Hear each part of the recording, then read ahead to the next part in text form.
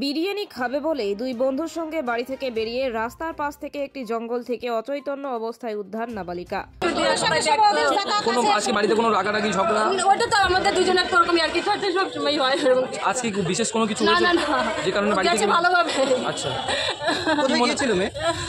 কোন মেয়ে একটা ছেলে? পরিবার সূত্রে জানা গিয়েছে আজ দুপুর নাগাদ বান্ধবীদের সাথে বাড়ি থেকে তিনবাত্তি মোড়ে বিরিয়ানি খাবার নাম করে বেরিয়েছিল দিয়া।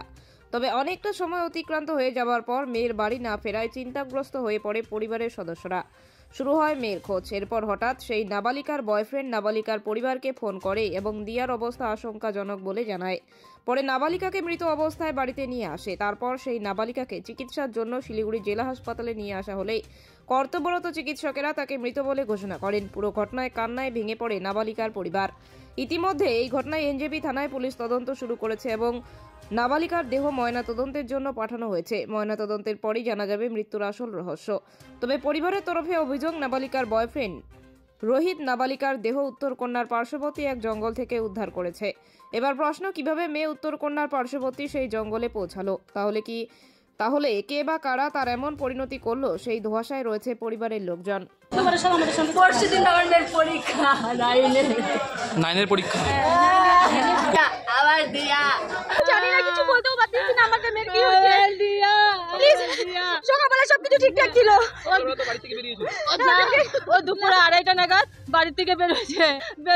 মা আমি একটু আসছি, 3 বাতিতে যাবো।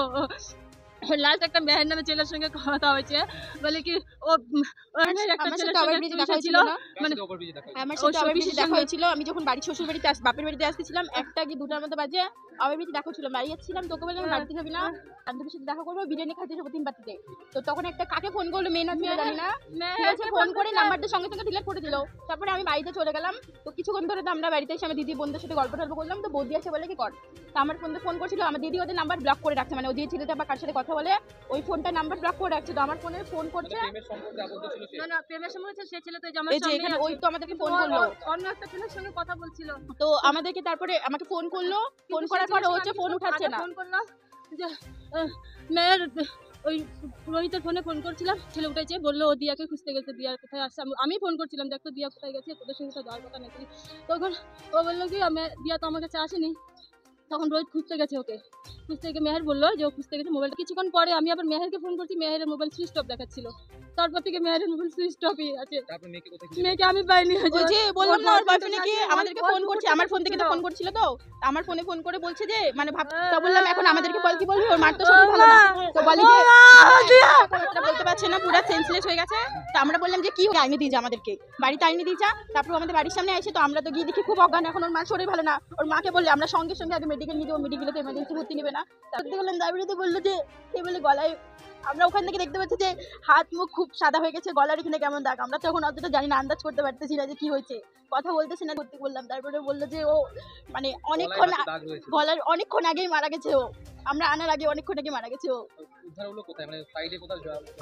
আমরা কোথা থেকে ছেলেটা আনছি আমরা জানি না। আমাকে তো বললো যে দিয়া ওর মাকে ফোন দাও, ওর মা ও একদম কথাবার্তা কিছু বলতে পারছে না। তো আমরা বললাম যে তুমি তো মানে তুমি বয়ফ্রেন্ড, ওকে বাড়ির সামনে আইনে দাও, তোমাদের তো কথা বাড়ির সামনে আইনে দাও, আমরা তারপরে দেখি।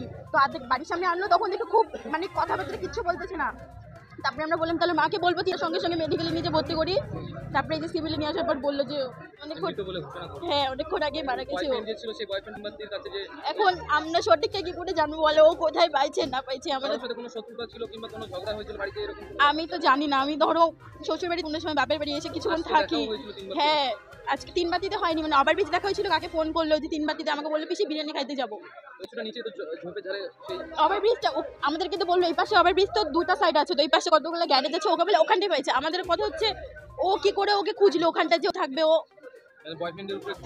সন্দেহ বলতে এখন আমি কি করে বলবো, সন্দেহর কথা জানি না, কিন্তু ওকে কি করে ওখানে খুঁজে পাইলো, ও যেহেতু ওর সাথে যায়নি। তাহলে ও বললে যে ওকে খুঁজছে, বললাম কথা যে ওকে কোথায় খুঁজে পেয়েছে ঠিকভাবে জায়গাটা বলুক আমাদেরকে। আমার নাম পিয়ালি মজুমদার, পিসি হই। মেয়ের বয়স 14 বছর। মেয়ের নাম 9-এ পড়ে।